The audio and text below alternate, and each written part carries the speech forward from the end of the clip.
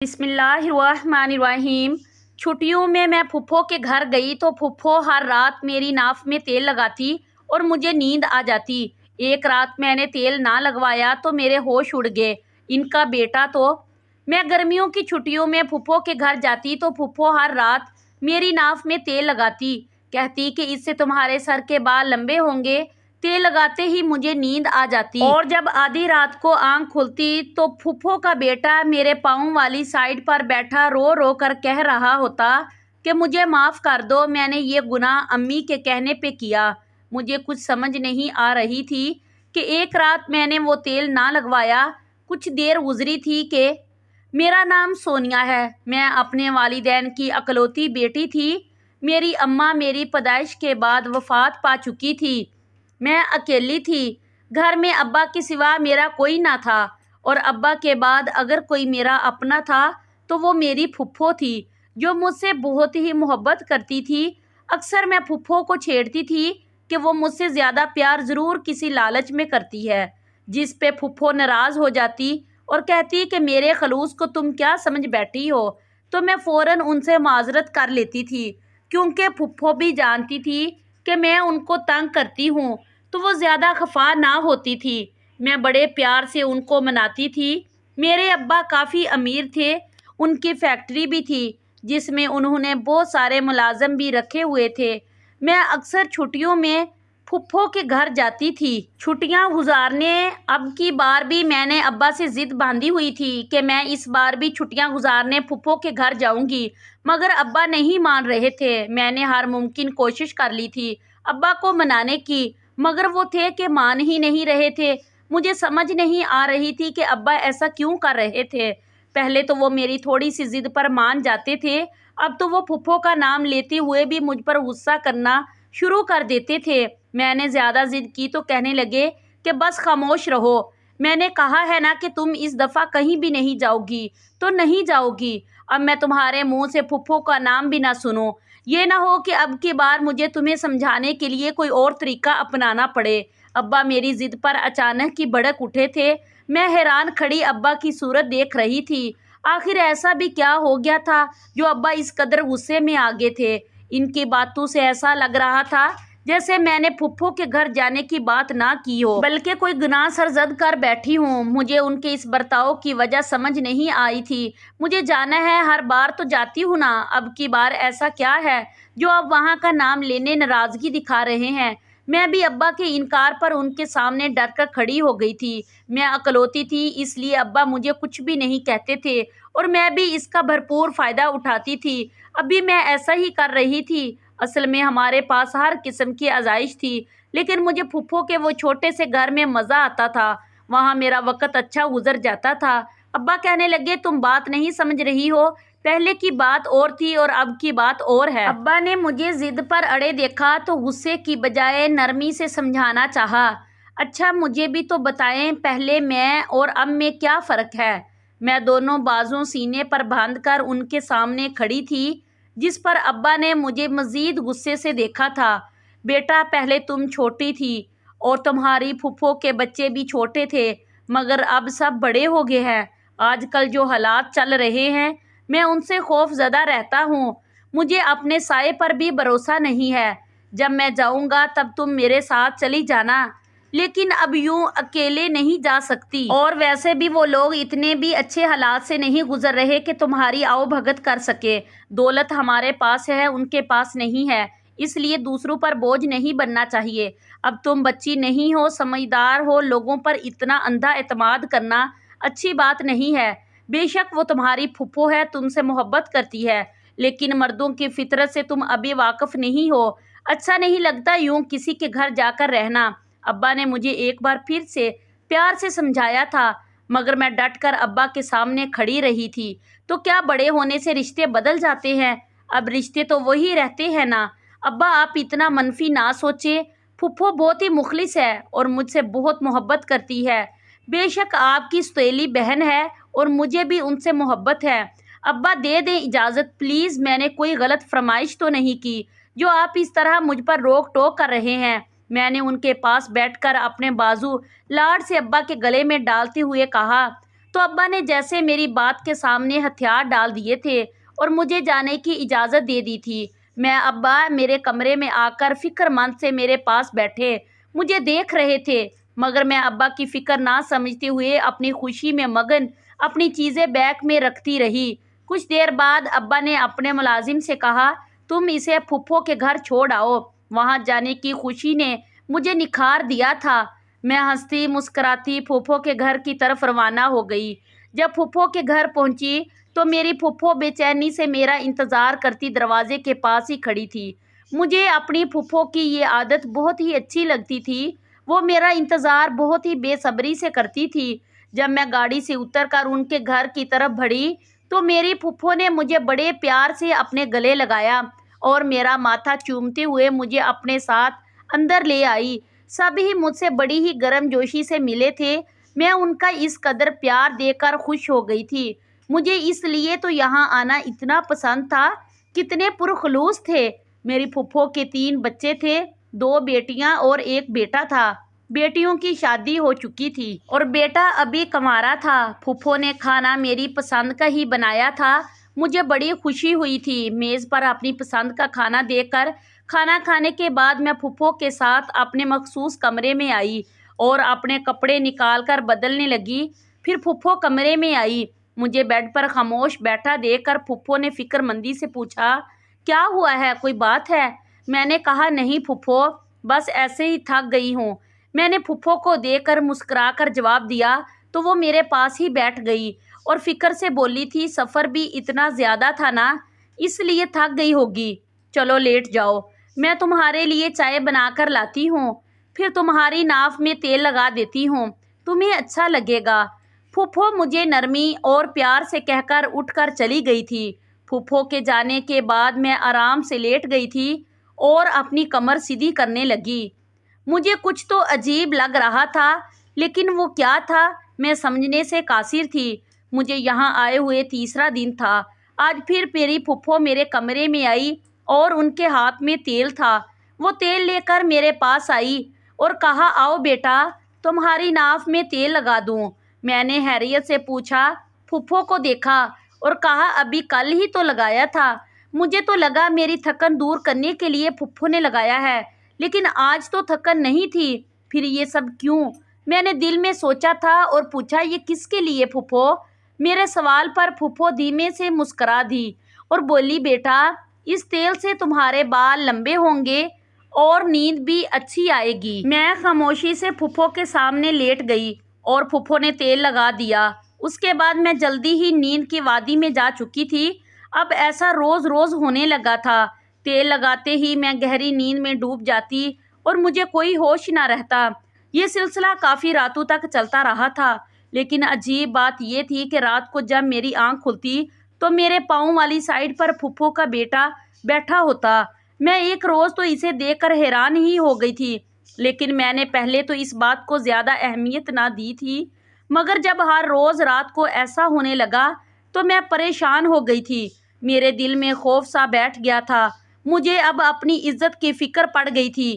اس رات میں جب ہوش میں آئی تو پھپھو کا بیٹا بول رہا تھا، مجھے معاف کر دو، میں نے یہ سب امی کے کہنے پر کیا ہے، میں یہ سب کرنا نہیں چاہتا تھا۔ مجھے سمجھ نہیں آ رہی تھی آخر اس کی اس بات کا مطلب کیا ہے۔ یہ بات میرے دماغ میں جیسے چپک سی گئی تھی۔ مجھے صبح جب اٹھی تھی میرا سر شدید درد کر رہا تھا۔ مجھے سمجھ نہیں آ رہا تھا کہ میرے ساتھ کیا ہوا ہے۔ میں سوچ کر جب تھک گئی تو اپنا سر پکڑ لیا۔ مجھے ابا کی کہی ہوئی باتوں کی سمجھ آنے لگی۔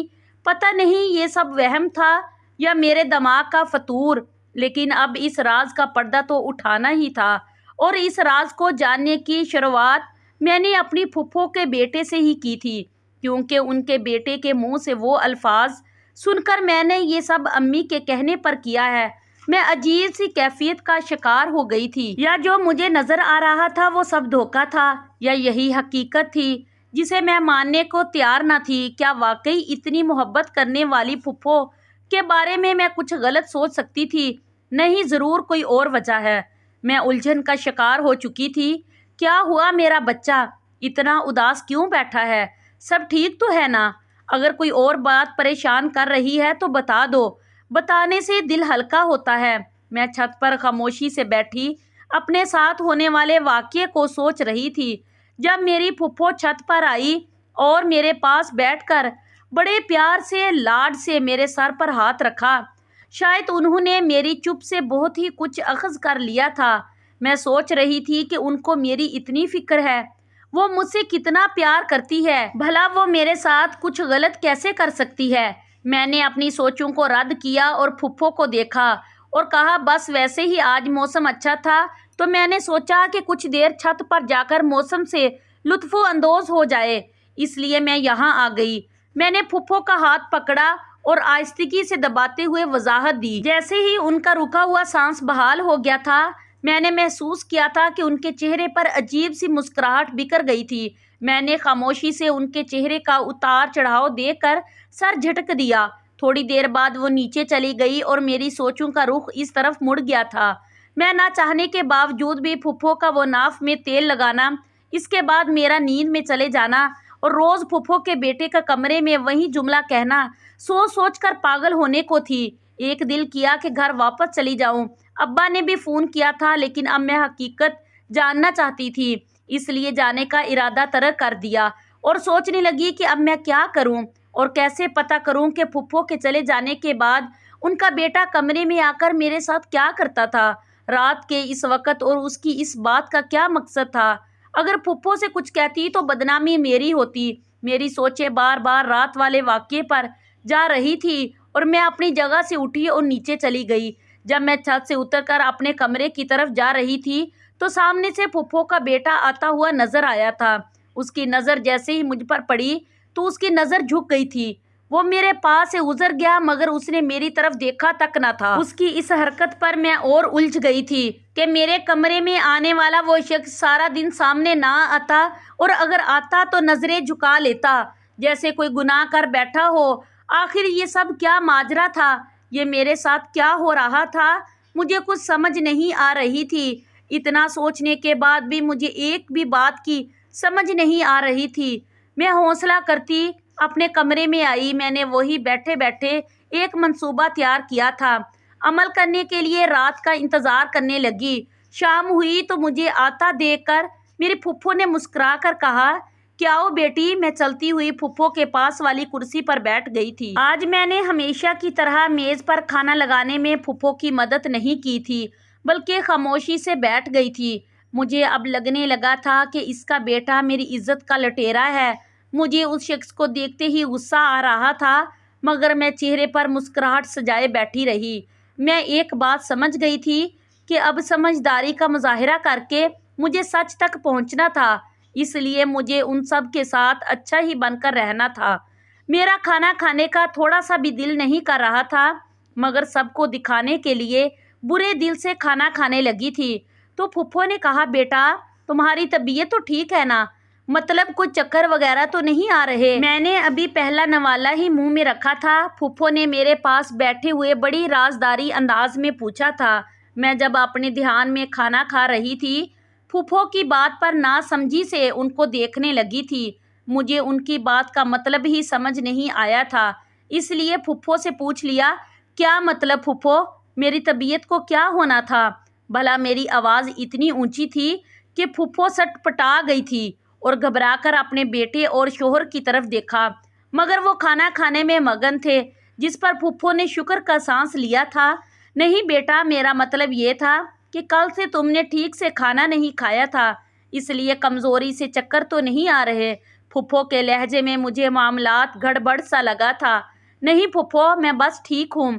صبح سر درد ہوا تھا، وہ بھی اب ٹھیک ہے، اور میں کھانا چھوڑ کر اپنے کمرے میں چلی آئی۔ میں اب پھپھو کا انتظار کرنے لگی تھی۔ کچھ دیر ہی ہوئی تھی کہ پھپھو دروازہ کھول کر اندر کمرے میں داخل ہوئی اور میرے پاس آ کر رکی تھی۔ پھپھو نے میری ناف میں تیل لگایا اور خاموشی سے میرے کمرے سے نکل گئی۔ ان کے جاتے ہی میں نے جلدی سے اپنی ناف پر لگا تیل صاف کیا مگر صاف کرتے کرتے مجھ پر غنودگی طاری ہو گئی تھی۔ میں نے بڑی مشکل سے خود کو سنبھالا تھا مگر سنبھلتے ہوئے بھی میں بیڈ پر گر گئی اور دوبارہ مجھے جب ہوش آیا وہی منظر آنکھوں کے سامنے تھا۔ جو اتنی راتوں سے نظر آ رہا تھا۔ میں نے اپنے منصوبے کے فیل ہونے پر خود کو کوسا تھا۔ مجھے پھپھو کے جانے کا انتظار ہی نہیں کرنا چاہیے تھا، تبھی چپکے سے صاف کر دیتی تو یہ نوبت تک نہ آتی۔ مگر اب کیا ہو سکتا تھا؟ میں نے پھپھو کے بیٹے سے کچھ پوچھنا ہی چاہا، لیکن وہ کچھ نہ بولا، بس اپنے ہی فکرے دہراتا رہا اور چلا گیا۔ میں خاموشی سے لیٹ گئی اور اب میں نے ایک اور طریقہ سوچا تھا۔ میں نے سارا دن بے چینی سے انتظار کیا تھا اور مجھے رات کا بے صبری سے انتظار تھا۔ اب کی بار میں نے ایسا منصوبہ تیار کیا تھا جس کے فیل ہونے کا کوئی چانس ہی نہیں تھا۔ کھانا کھانے کے بعد میں ہمیشہ کی طرح اٹھی اور کمرے میں آ گئی۔ رات کافی ہو گئی تھی۔ پھپھو جیسے ہی تیل لے کر میرے کمرے میں آئی، پیچھے سے پھوپھا کی آواز پر میں نے ان کے ہاتھ سے تیل کی شیشی لیتے ہوئے خوشی دلی سے کہا کہ پھپھو میں لگا لیتی ہوں، اب پھپھو کو چائے دے دے ورنہ وہ غصہ کریں گے۔ میری بات سن کر پھپھو نے بڑی منتوں کے بعد مجھے وہ تیل والی شیشی پکڑا دی تھی اور کہا ابھی لگا لینا، ٹھیک ہے، بال دیکھو پہلے سے بھی کافی اچھے ہو گئے ہیں۔ ویسے بھی بھائی صاحب اب تمہیں واپس بلانا چاہتے ہیں، مگر جانے سے پہلے کام ہو جائے تو اچھا ہے۔ وہ عجیب انداز سے باتیں کرتی ہوئی جا چکی تھی۔ میں نے موقع دیکھتے ہی تیل والی شیشی سے تیل نکال کر اسے دوسرے تیل میں تبدیل دیا اور بھاگ کر بیڈ پر لیٹ گئی۔ کچھ پل گزرے تھے کہ پھپھو پھر سے میرے کمرے میں آئی اور مجھے سوتا پا کر بڑی احتیاط سے میری قمیض اٹھا کر دیکھا تھا کہ میں نے تیل لگایا ہے۔ میری ناف پر تیل لگا دیکھ کر دھیرے دھیرے سے کمرے سے باہر چلی گئی تھی۔ جب آدھی رات گزری تب میری آنکھوں نے جو دیکھا تھا مجھے اس پر یقین نہیں آ رہا تھا اور میری سانس رک کر رہ گئی تھی۔